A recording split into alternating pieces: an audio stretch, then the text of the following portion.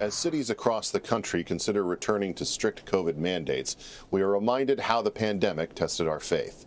Not our beliefs per se, but our freedoms to openly practice them in public.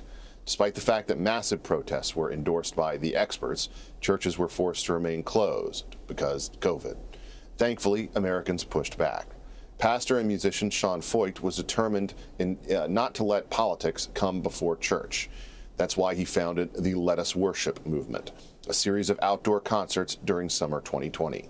Now he's launching a new tour, kicking off in Miami on New Year's Eve. Musician and pastor Sean Feucht joins me now. In this time, we see so many people who have put enhanced importance on different aspects of American life, but it always seemed like religion was coming last for so many of our political leaders. They didn't seem to think it was all that important that people actually be able to gather and worship together. Why was it important for you to make sure that that still happened?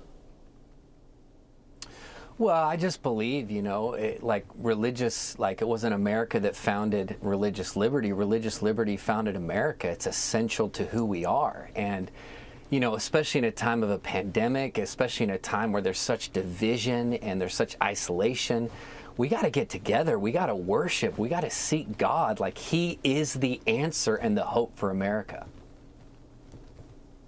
I think that one of the things that was so eye-opening to me was to see the willingness of so many people who I consider to be strong believers to nonetheless go along with a lot of the different policies that were put in place without any kind of objection. And it surprised and disappointed me in some respects. So I was encouraged to see you and the work of some others like you who have put religion first and put it back at the center of our discussion in American life. What were the things that really motivated you to do that?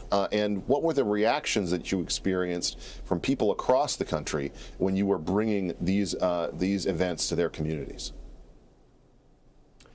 Well, I was so blindsided, just like you, Ben. I mean, we sing these songs, we preach these sermons, and yet when the moment comes, when we got to practice them, it's like people were, deserted. They just fell at the feet of the government. And I tell people across America, this is not political. This is biblical. Like, we have a mandate as believers. We've been doing it for 2,000 years. We've been gathering together, despite pandemics and persecution and fear and crazy tyrannical governors like we have here in California. We've been gathering together and we've been worshiping. And, now more than ever, when Americans are facing such darkness, the light shines in the darkness, and the darkness cannot overcome it. Mm-hmm. And so we went from city to city. We went to some of the hardest and darkest cities of writing, like Seattle and, Portland. We went through Los Angeles, South Chicago, and everywhere we went, the story was the same. People gathered needing hope. People gathered needing life. It was like there's this connection that comes in community that people didn't have, but also a connection to God. And the testimonies are crazy, thousands of people gathering, people getting saved, people getting healed, people giving their life to Jesus, getting rid of their addictions. I mean, this is why we did this. This is why we launched Let Us Worship, and we're not stopping now. Mm-hmm. Well, Pastor Feucht, I want to wish you the best of good fortune in the coming year, and thank you for your continued service. Thank you so much for joining us. Thanks so much.